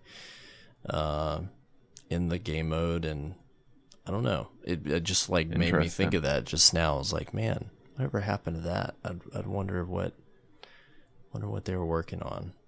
I mean, the community's asked forever for just the good old school goof around fun game modes. You know, it's like, you know, they have their other things they have to think about, and not splitting up the population and stuff like that. But having a mode like this could never hurt, even if it's on a weekly rotation or something, you know, every couple weeks. Definitely. Yeah, I'd like to see a mode just with literally like every relic and like, I don't know what you would call them, just like, you know, you'd have the Scorch cannons, and you'd have the Vogue shield, and the Crota sword, and the Warmind javelin. Just like literally just put all those different elements and drop them in a mode, and you just run around and like pick them up. Yeah. Right. And maybe get like double over shields or something, you know? It'd be fun. Yeah. It would be a good time. There's no doubt about that. So upon reset this week, there was if you want to call it a quest, there was a little marker in the tower where you can go to the spicy ramen shop over by Akora and pick up an expired ramen coupon. Now, this thing was data mined around the time that they patched in Solstice of Heroes, and everybody had been waiting for this to show up. And it appeared that it was like a multi-step quest based on the data people pulled out. But to some people's chagrin, that was it. You just found this coupon, and then that was the end of it. Right. It does have by DMG. It does have a little, I don't know if you like a lore piece attached to it, which you can read, which is cool. but DMG had to get on Twitter and like literally like spell it out like this. There's nothing else attached to this. People were doing some wild stuff. The theories. Yeah, I mean, isn't this? It's pretty random though. Like I saw a Reddit post. Somebody was like, maybe we go back in time, and this is the last step of the quest. I know, right? Like, and the coupon's not expired anymore, and it's like, but it is random. Like, why even do it? It's unusual. Yeah. Yeah, I mean, it's cool, and the lore is cool, and it's a nod to Cade, but it's like, the community's just gonna go. I mean, maybe it's just the ultimate troll. It comes across as like partially cut content to me. Yeah. And that's what some other people had said as well. It's like it almost seems like they were trying to do something and they had to maybe just scale it down because they were busy making Forsaken, Yeah, it's like for him to tweet it out, that was like in anticipation of having to shut down the speculation, or maybe indirectly in some way there'll be something after Forsaken launches. But it seems like the first option, like that's just it. That's what it was. Yeah, I don't know. It's pretty random. It's unusual for sure. It is what it is. It's it's true. It's better than not having the expired ramen coupon, right? Yeah, it is. Yeah. If anything, it's a little memento to remember Cade by. Keep it in your inventory if you want Guardians. Yeah, and you can pick up as many as you want. Apparently, you can. I think you can move it in your vault and like go back and get another one and another one. Yeah, I saw those screenshots with people just like they just like completely filled their inventory with spicy ramen coupons. It's pretty funny. Expired ones at that. Right. Yeah. There was it's worth mentioning. I'm not going to get into the details, but there was a alleged leak of a armor set from Forsaken with the attached lore. Not sure how this person obtained it. Right. It's not confirmed, but people have looked into the individual posting it. They seem to be legit. And it's a good source. Yeah. It's a very good source. So there's some lore posted with this that I have chosen not to read. I don't want to spoil myself, but one of my friends, I haven't either, who is a great friend, I have to give him props for like help me out because he knows like my preferences. He was like, there's a thing on Reddit, it's super spoilerly, it's awesome, don't read it. Like yeah. And I was like, but what is it? He's like, here's the deal, and he's like, you just don't read it. Like it's amazing though. That's where I've talked about, like I almost went to look at it and I'm like, no, I'm good. It's just a little longer. I don't want to know lore story I'll stuff. just wait until we get there and let's wait. The natural progression of the game. Exactly. Houndish, that's where I draw the line. Did you check this out, Houndish? Yeah. I've seen it all. I know what it's about. So I can safely say, don't. If you don't want spoilers, don't go anywhere near it. Well, it's a classic, like, we're content creators for the game, and it's like, okay, where do we draw the line? Like, right. For me, I draw the line because it was not intended to be released at this not through point, the official channels, right? Yeah. Mm-hmm. I can see if you do YouTube content and you've got to like run the rat race there, like how you might need to put out a video on it because people are going to look for it. There's an element of that for sure. Yeah. But at the same we're time, in different tiers here. Cyborg won't even watch a video with the new patrol space. I will totally do that. Right. Yeah, but then I'll stop at like major story elements that like Bungie doesn't officially release, and then Houndish, you got like another set of responsibilities, like Cyborg said, where it's like you almost kind of need to know for your daily content and stuff. Absolutely, yeah. I think it's just kind of about trying to deliver that stuff in a responsible way. If you do decide to do it, right? Right.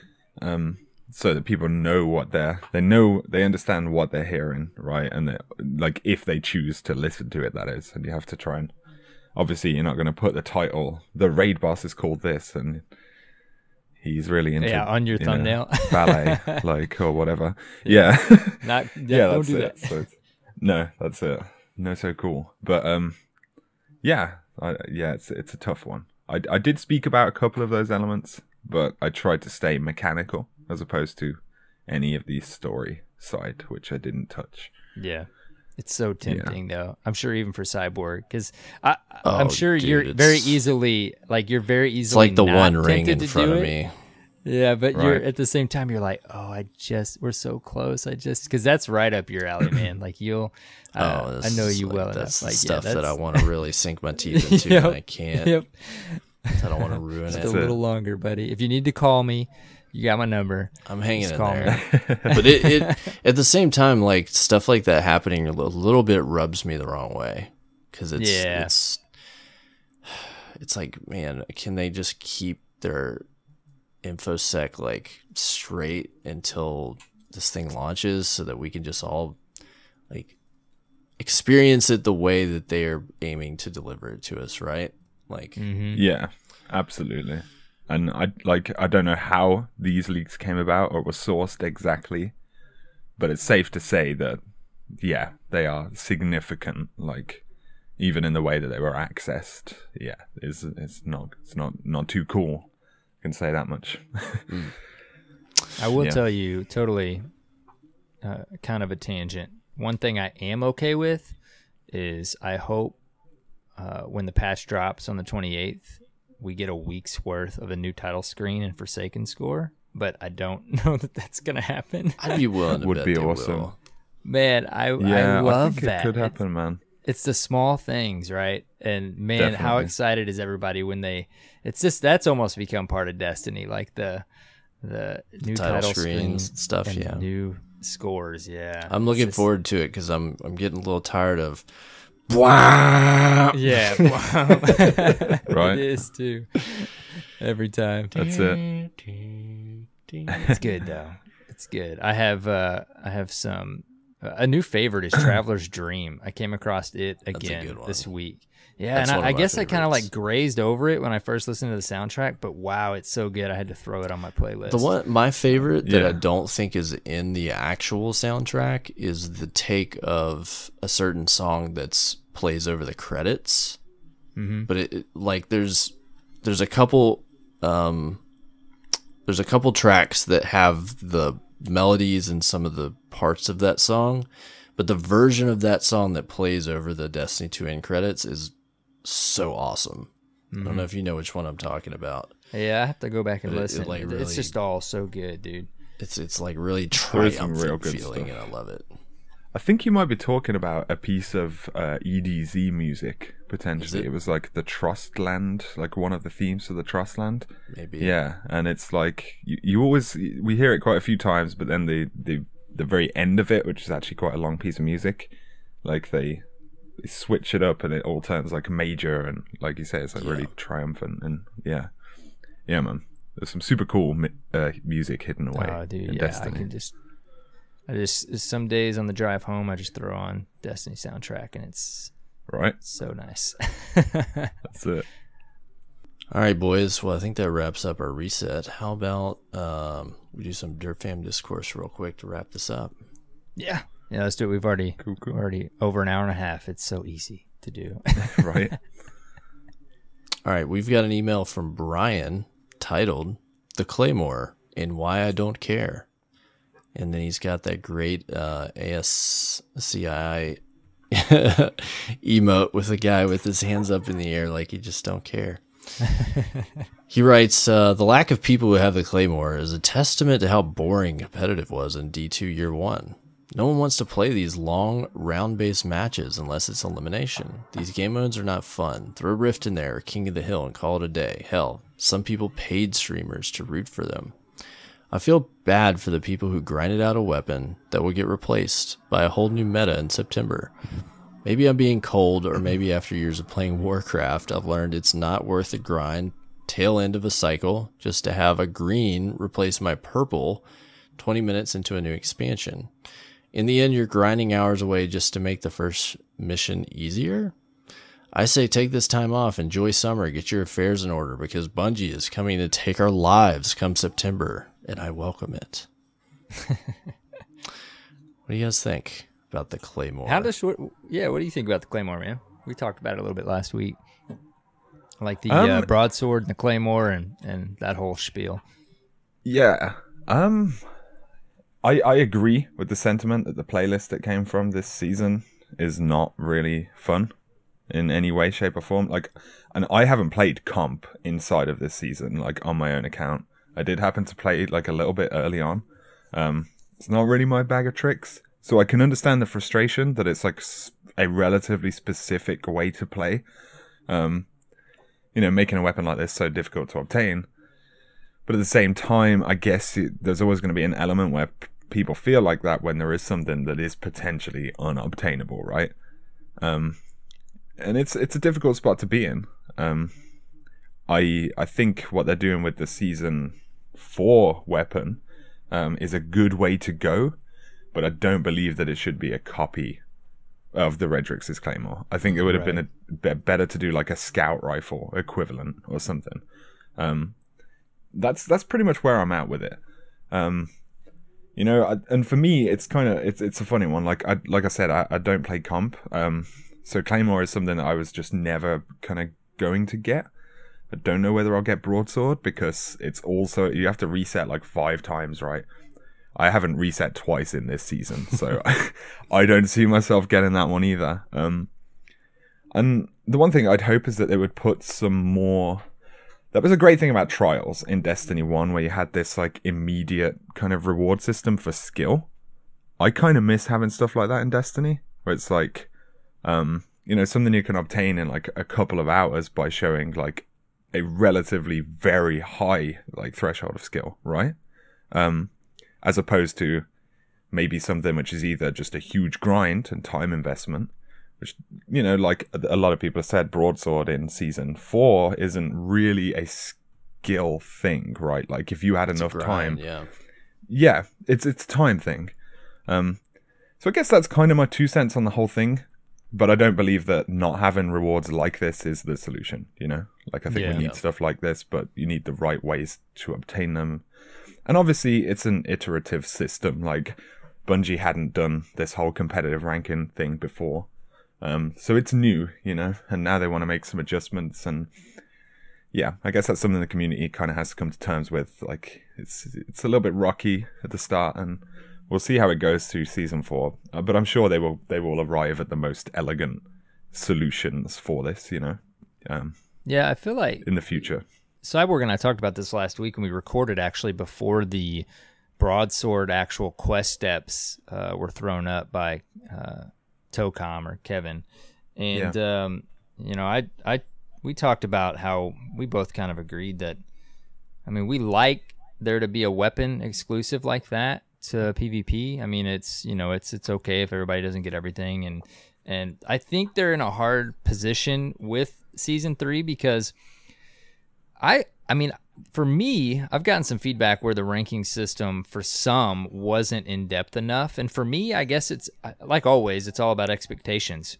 To me, we got more depth in the ranking system than I ever thought we were going to get initially. Many different levels. And then, the adjustments we got pretty quick on it's matching you with your actual score and things like that. And of course there's room to grow and things to tweak, but they're in a hard position, I think, because comp in Season 3 was like constant tweaking, and it was a battle with their own matchmaking and their own game modes. And so like I sent out a series of tweets, and I'm like, after we saw the quest steps, and it's like, I like the idea of a quest that you can, throughout an entire season, you're always working towards it, and each step kind of works on each other as you're going through it. What a quest. It's like the mountaintop times 100 is what I said.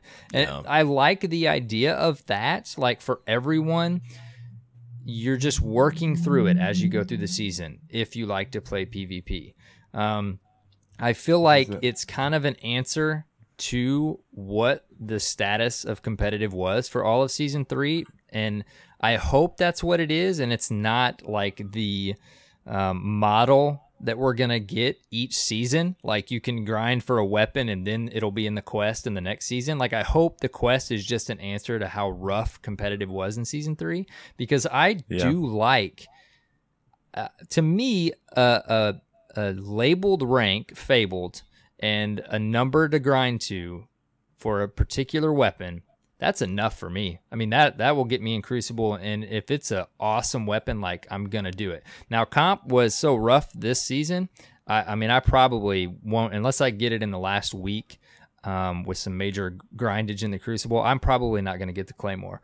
But I like the idea of there being a Claymore each season, and then maybe also a quest for a different type of weapon, not the same weapon, like you said. And you could stack those on top of each other. There's the really competitive version you can go get for a powerful weapon, and then there's a quest that really just takes your time and not so much skill, and you can also get a really cool weapon.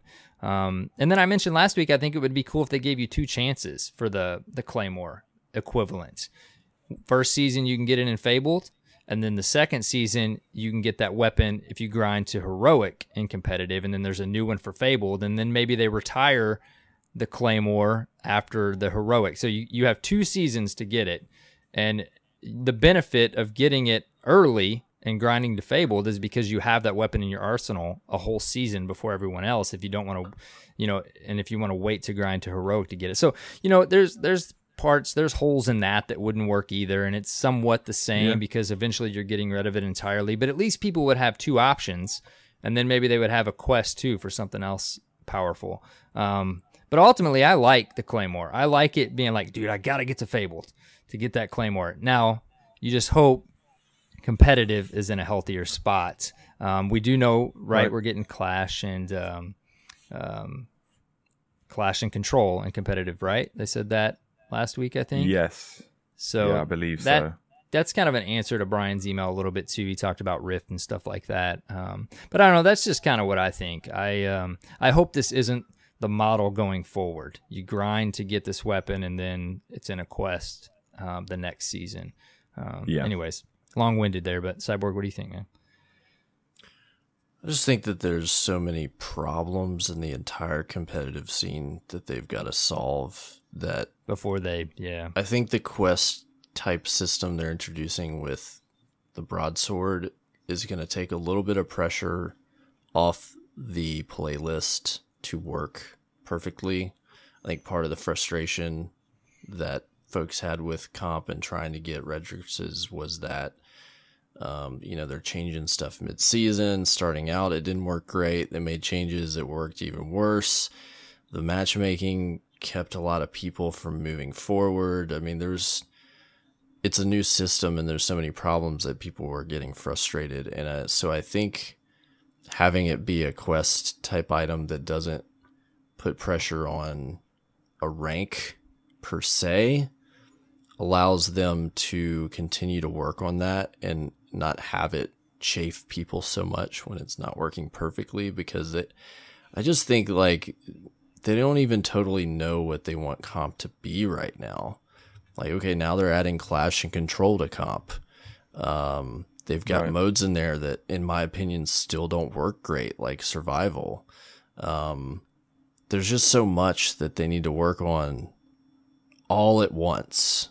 Like, not to mention how the matchmaking system needs to work in that playlist, and what the rewards need to be, and then there's this and there's that. I mean, there's so much that they need to tune and iterate on. I think it's smart for them to kind of restructure the reward system so it's less bound to something that can upset people, like, I think the grind for it is obscene, but hey, I mean, I think it's going to be a grindy game in year 2. So I don't know if I'll get True. that, but I'll be okay if I don't, because I know that it was a grind wall and I can live with that. You know, like if I don't want to tackle that, that's okay. There will be other stuff that I'm interested in playing. I think that I'll enjoy, that I don't have to feel like I do that. And, you know, and then I think this will make it a more straightforward path for some people to get to. I think it's a huge misstep for them to make it a clone of Claymore. I think they're trying to do it to I think they're It's trying, almost like, hey, sorry, we know season 3. yeah, I think they're trying to be like, yeah, for those of you that weren't able to pull it off, like, here you go, here's your consolation. But then by doing that, you're just kind of spitting in the face of the people that did. It's a problem that we've talked about this with other stuff over the past couple of weeks. Like, you try to make everybody happy, it just makes people mad. And it's a problem that I think Bungie has. And they need to stick to their guns. They need to stick to their word, because they're breaking their word and what they promised with what Redrix's was, which was a unique gun that you could only get then. And just by creating a clone of it and calling it something different, like, it's not like people don't see through that, you know? Well, in a sense, too, it has the potential to be a better version, which those people that have Claymore can get a better version right off the bat. You know, they get the drops, right? That maybe is a little bit of like a, hey, here you go, but still, like you said, it's like, man, it's the that crux, work the that spirit of what that was supposed to mean is essentially deflated, and I think that's a problem. I think it impeaches their credibility with that system, you know. So that's my 2 cents on it. We got another email. You want to read this one real quick? Yes, I would love to. Dropkick Hoonigan send us an email. Cuz Derp Dad said to. I believe this was your call out last week, maybe, Cyborg. You're Derp Dad. I'm not Derp Dad. I know. I always get confused now because I originally was Derp Dad and you were Mom, I guess, and then people started calling you Dad. Maybe we're either or, right? I was thinking you called the listeners out last week a little bit about sending us an email. I don't know. Who knows? All right. Heidi ho, Derp fam. Just thought I would answer the call and share some opinions on Solstice of Heroes, Redrix's weapons, and what year 2 will look like for me. For us casual, Solstice of Heroes was a nice path to get us to that year 1 in-game power level. I feel it was a reliable way for Bungie to give every player a chance at success in the Whisper missions, finishing up raid layers, and makes grinding the escalation protocols more enjoyable. I do have reservations on some aspects of its implementation, however. Running the same Redux missions over and over was not enjoyable to me. This led me to decide to only grind out one tune. Maybe it was just my Fireteam's experience, but they were glitchy as all get out. Bullet spongy mobs with automatic health regen when you pause to reload, for instance. You shouldn't need 2 magazines to kill a red bar scion. I think the worst I saw was using the whole cooldown of the Warlock's tickle fingers on a red bar phalanx. That being said, I did really enjoy the other challenges and the progression associated with the armor. It looks good, I feel like I earned it, and I'm ready for year 2. As far as Redrix's Claymore is concerned, I'm of the opinion it should stay in Season 3. If you earned it, great. If not, there will be future items to grind for. I was under the impression Bungie said this was an exclusive reward that was only available for Season 3. Did I misunderstand that? Don't get me wrong, it looks fantastic for PvE, and if I can obtain it in year 2, I will use it for sure. I do appreciate the fact that they have given current Redrix owners a path to the broadsword, but is it enough?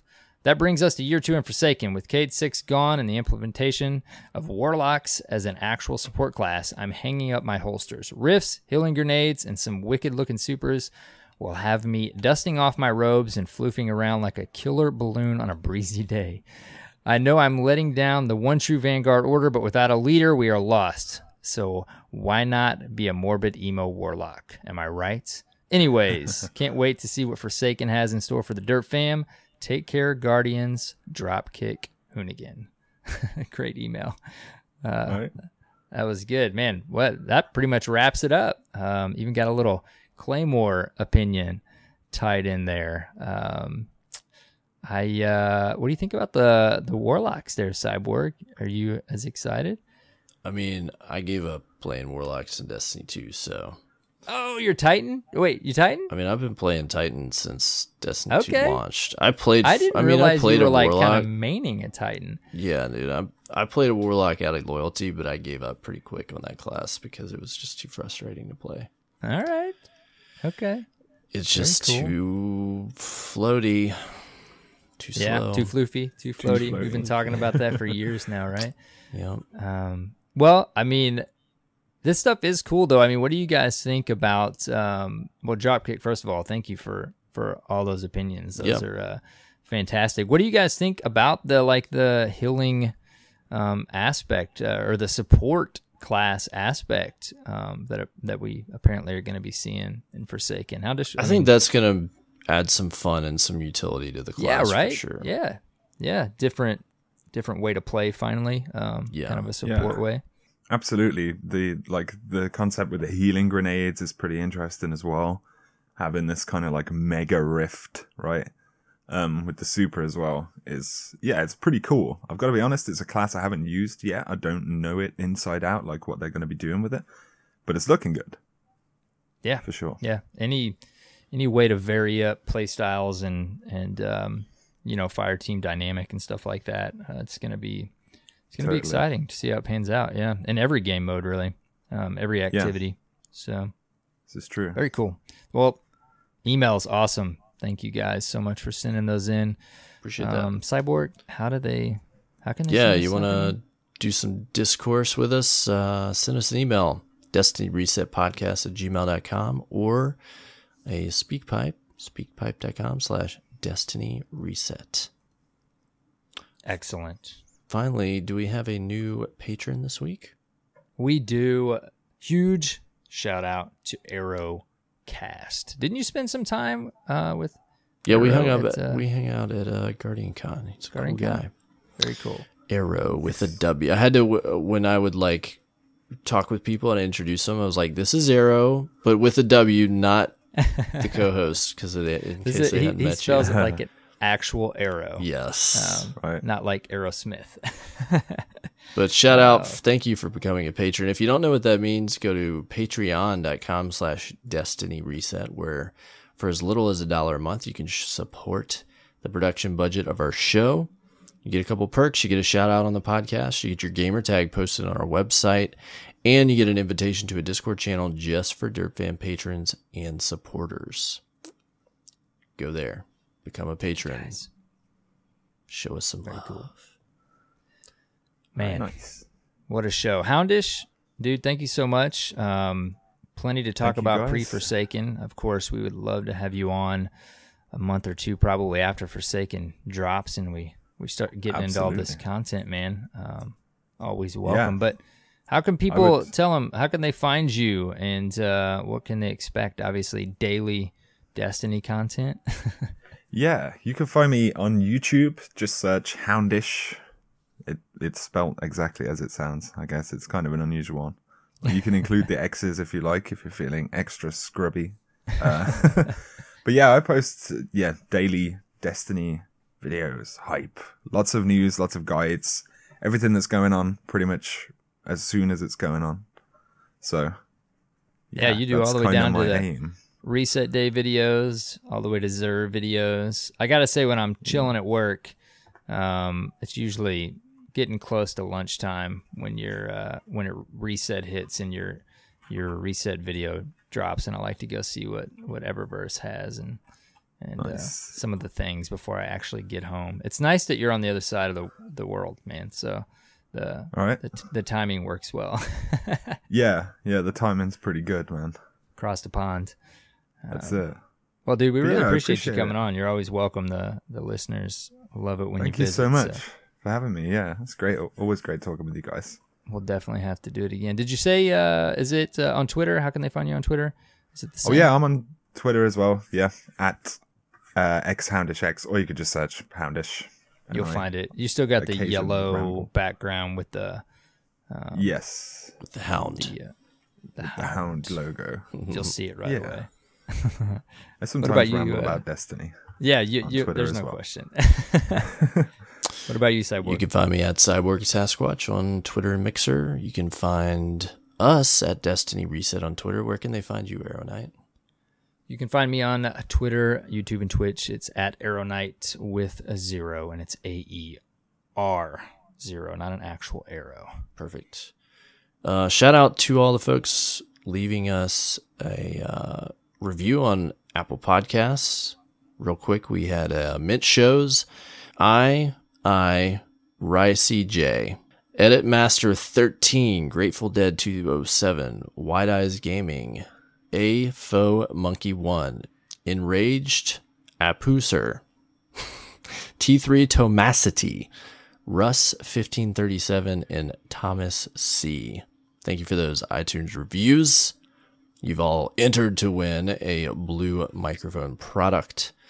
And for all of you who have yet to leave a review on Apple Podcasts, please do. It helps us get seen by more listeners, especially coming into Forsaken. There will be lots of folks looking to pick up a new Destiny podcast, and we'd like to be there right up front and center when they search for Destiny.